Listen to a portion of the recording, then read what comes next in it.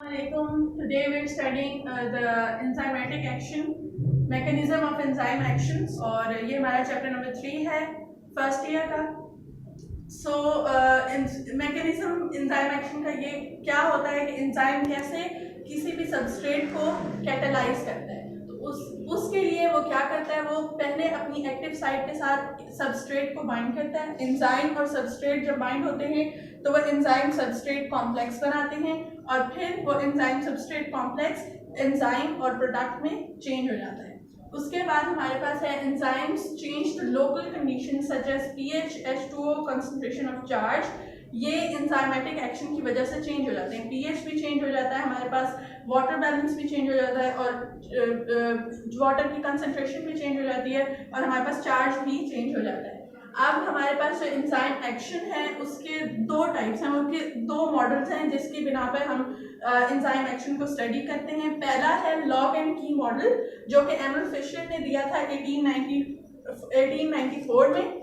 इसमें उसने कहा था कि जो हमारे पास एक्टिव साइट है वो एक रिजिड स्ट्रक्चर है और वो चेंज नहीं होता, अपनी शेप को चेंज नहीं करता, जैसा है वो वैसा ही रहता है। और उस जैसा अगर सबस्ट्रेट आएगा, एक्टिव साइट जैसा सबस्ट्रेट आएगा तो वो उसको कैटालाइज करेगा, लेकिन उसके अलावा अगर कोई सबस्ट्रेट आएगा तो वो उसको कैटालाइज नहीं कर पाएगा। इसके हमारे पास एग्जांपल हैं सक्रोज और माल्टोज और इनको हम नॉन रेगुलेटरी एंजाइम्स भी कहते हैं। और इसके बाद हमारे पास जो है अगला मॉडल जो है वो है इंड्यूस्ड फिट मॉडल। ये आया था हमारे पास 1959 में और इसमें जो है वो ये थोड़ा सा जो है वो ज़्यादा इन्हेंस किया हुआ था। इसमें मॉडिफिकेशंस ये थी कि उन्होंने बताया था कि एक्टिव साइट अपने आप को मॉडिफाई करती है सबस्ट्रेट के साथ। और एक्टिव साइट किस तरह मॉडिफाई करती है, अपने आप को चेंज करती है। जिस तरह का सबस्ट्रेट उसके पास आएगा वो उस तरह की शेप चेंज करेगी और फिर वो अपना एंजाइम एक्शन जो है वो कैरी आउट करेगी। इस तरह के एंजाइम्स को हम रेगुलेटरी कहते हैं या फिर एलोस्टेरिक एंजाइम्स कहते हैं। और इसकी एग्जांपल जो है हमारे पास हेक्सोकाइनेजेस है। अब इसमें इंड्यूस्ड फिट मॉडल में और लॉक एंड की मॉडल में एक फर्क तो ये है कि ये बिल्कुल रिजिड स्ट्रक्चर है और ये जो है अपनी शेप को चेंज करता है। दूसरा ये कि ये बहुत ही कम सबस्ट्रेट्स के लिए, बहुत लो रेंज ऑफ सबस्ट्रेट्स के लिए हमारे पास होता है लॉक एंड की मॉडल, जबकि इंड्यूस्ड फिट मॉडल में हमारे पास रेंज बहुत ज़्यादा होती है सबस्ट्रेट्स की। और तीसरा डिफरेंस हमारे पास ये हो जाएगा कि इनको हम नॉन रेगुलेटरी एंजाइम्स कहते हैं जबकि इनको हम रेगुलेटरी या फिर एलोस्टेरिक एंजाइम्स कहते हैं। होप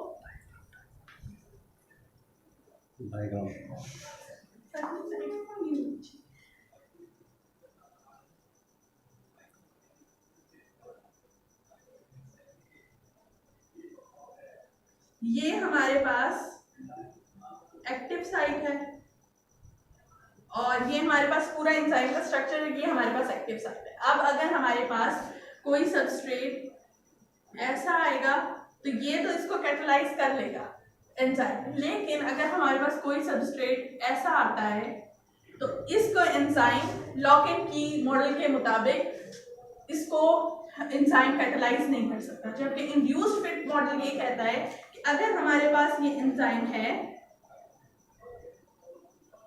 तो ये इसको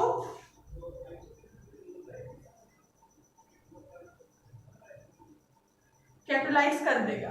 लेकिन अगर हमारे पास कोई ऐसा मॉलिक्यूल आ जाता है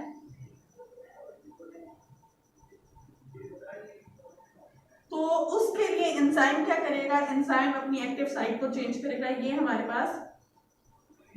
पास एक्टिव साइट है, इसको चेंज कैसे करेगा, इसको अपने मुताबिक जो है वो मॉडिफाई करेगा और फिर इसके बाद ये इसके अंदर अटैच होके इसको जो है सबस्ट्रेट को प्रोडक्ट में चेंज कर देगा।